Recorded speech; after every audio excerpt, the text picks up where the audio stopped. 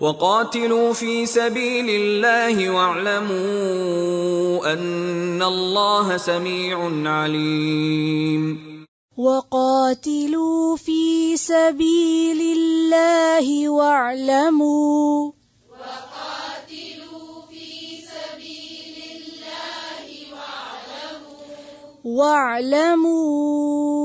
أن الله سميع عليم.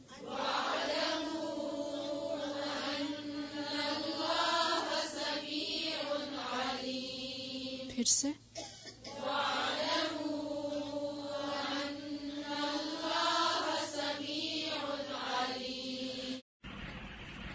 وقاتلوا اور جنگ کرو فی سبیل اللہ اللہ کے راستے میں، وَاعْلَمُوا اور جان لو، انا بے شک اللہ اللہ سمیع خوب سننے والا ہے، علیم خوب جاننے والا ہے.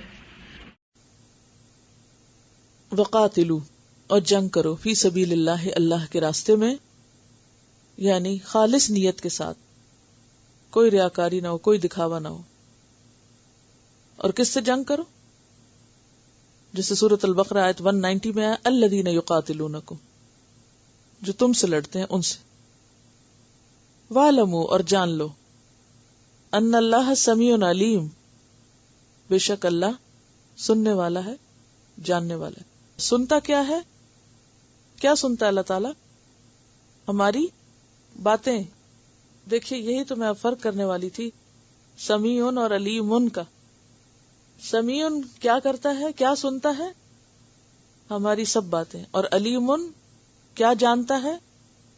ہمارے سارے حال، چاہے باہر کے ہیں چاہے اندر کے. ٹھیک ہے. دیکھیے یہ میں جملہ ایسے بھی بول کے آگے چلی جاتی، آپ سے کیوں پوچھتی ہوں؟ سوچنے کا طریقہ ہے، کلاسیفائی کر سکیں، ڈفرینشیٹ کر سکیں، الگ الگ کر سکیں. یعنی جو تھنکنگ پروسیس ہے عام طور پر وہ کیا ہوتا ہے؟ الجھا ہوا ہوتا ہے لوگوں کا.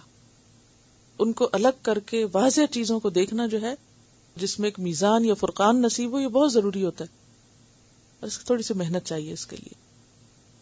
وقاتلوا فی سبیل اللہ اور جنگ کرو اللہ کے راستے میں، وَاعْلَمُوا اور جان لو ان اللہ سمیع علیم کہ بے شک اللہ تعالی سننے والا ہے، جاننے والا ہے.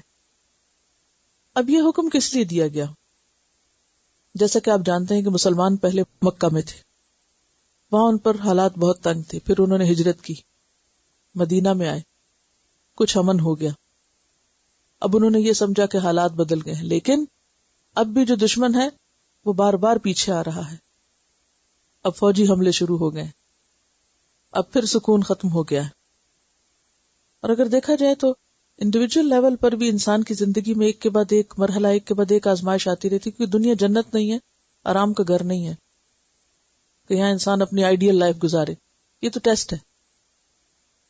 تو اجتماعی طور پر بھی قوموں کی زندگی میں ایسا ہی ہوتا ہے. اب کیا ہوا کہ مکہ میں مسلمانوں کو تکلیف تھی، مدینہ میں ہجرت کے بعد تھوڑا امن ہوا، لیکن پھر بھی مکمل امن نہیں ملا.